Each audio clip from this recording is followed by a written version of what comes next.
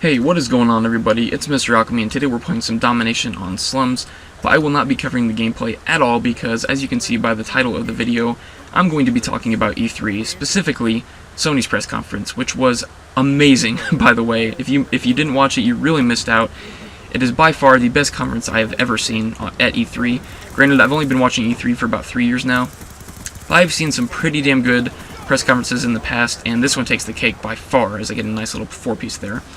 But I'm going to be talking about the PS4 specs and some features you can expect from it, as well as some of the games that I'm really excited for because they looked outstanding at the press conference and at their release. And in fact, I'm pretty sure some of those games that were shown at the press conference were the world premieres of those games. So before I get started, though, I would just like to mention that I think it's kind of funny how Xbox players are all of a sudden switching to PS4.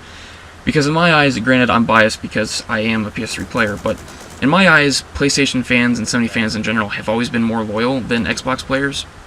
When PSN got hacked, we stood by, we stood strong, none of us switched over in a fit of rage, and we weren't trolling Sony. And we waited patiently, and they brought up the service back, and we're still here. And Xbox players, all of a sudden, since the PS4 is looking better already, they're already talking about switching over, and I find that kind of pathetic and a slap in the face to Microsoft by them, who have treated them very, very well. We have not been treated as well as Xbox people have as far as online services go, and we're still we still have remained loyal to Sony. So to Xbox players, I give you the middle finger. Not that Xbox players are, not that I hate Xbox players, because I have plenty of friends that play Xbox, but that is neither here nor there. So moving on to the PS4, it will be starting out at $400, $399, which is a pretty good price. It's $100 cheaper than the Xbox One. That is obviously subject to change, but I'm assuming because they announced it at E3, that is pretty concrete. As far as the specs, it will have 500 gigabytes of hard drive space, 8 gigs of RAM, and a quad-core processor, which is pretty damn powerful for a game system. Granted, it has to have something like that in order to run the engines that these games are running on, because all of the games looked amazing. So I'm excited about that, and excited to see what kind of tasks this PS4 can do. As far as the features you can expect, you can play used games on them. Now, this doesn't necessarily mean that they will be backwards compatible. In fact, I'm assuming the PS4 will not be backwards compatible because the PS3 was not. However, let's say you want to go to GameStop and get a game, but you don't want to pay the full $60 for the brand new one. You can spend half that and get the used game. For some reason, Xbox One does not feel like this is a good idea. I don't know why they would even think about that. But even if you're not buying a used game, you can get one from your friend, which segues into the next topic.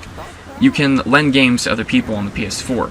Apparently Xbox One is not allowing that, and once you buy a game and play on your Xbox, no one else can play it on theirs. I don't know what Xbox was thinking, or Microsoft was thinking, when they came up with this idea. I don't know if they're trying to stop pirating, but honestly, I don't even know if burning video games works. So, unless maybe it does, and maybe I'm just naive in this aspect, but to me, that's just not a very good idea, or a very good move on Microsoft's part. I keep saying Xbox. You don't need to be connected online to play PS4. If you're just a casual gamer and you want to play some Madden or anything like that, you can play your games without worrying.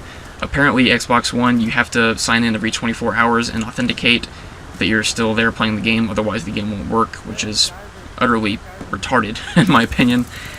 You can play games as they're being downloaded on the PS4. That shows some pretty hefty power on PS4's part, because it's almost like playing on a map that isn't loading yet. So just think of it that way. The only way I can think of this working is that an initial download is started, and it's kind of like letting a YouTube video buffer for a little while before you start watching it. It's the same concept, at least I would think so. So that's pretty cool.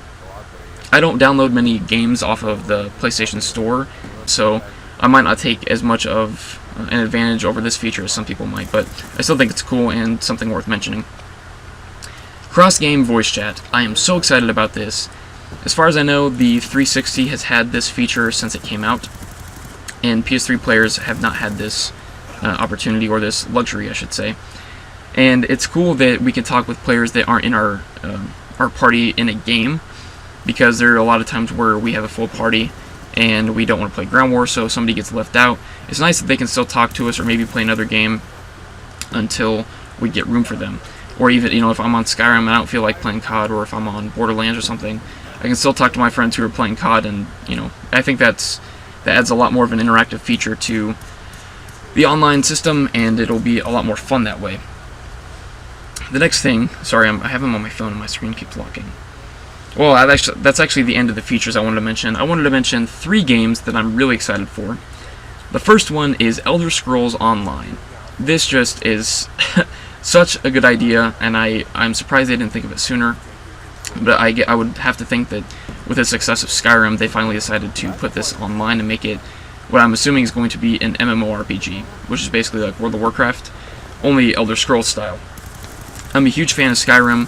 I haven't played much of the other Elder Scrolls games, to be honest, but I'm really excited for this because I always thought something like Skyrim Online would be really, really cool, and I'm very, very excited, and I'm looking forward to what this brings. And I already know a few friends who will play this with me, so I'm excited about that.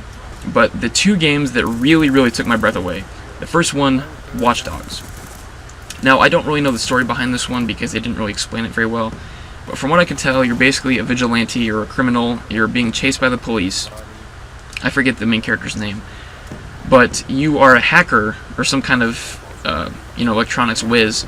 And you basically walk around with a smartphone and you can take control of things like cameras and things like that. And you basically use these to get away from police or accomplish your objectives. And this game is kind of like Dishonored in that you can accomplish a mission in more than one way. There's a plethora of ways you can accomplish a mission. Sorry, I can't talk.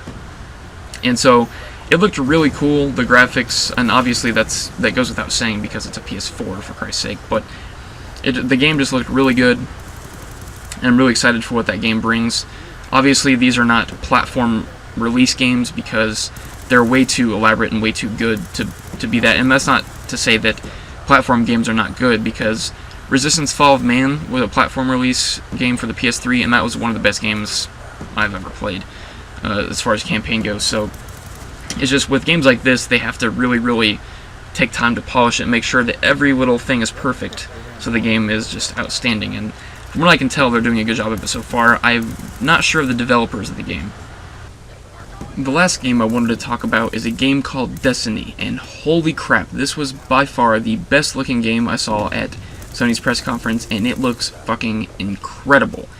The playthrough that they did was just so awesome, and I cannot wait for this game, although it probably won't be out until 2014.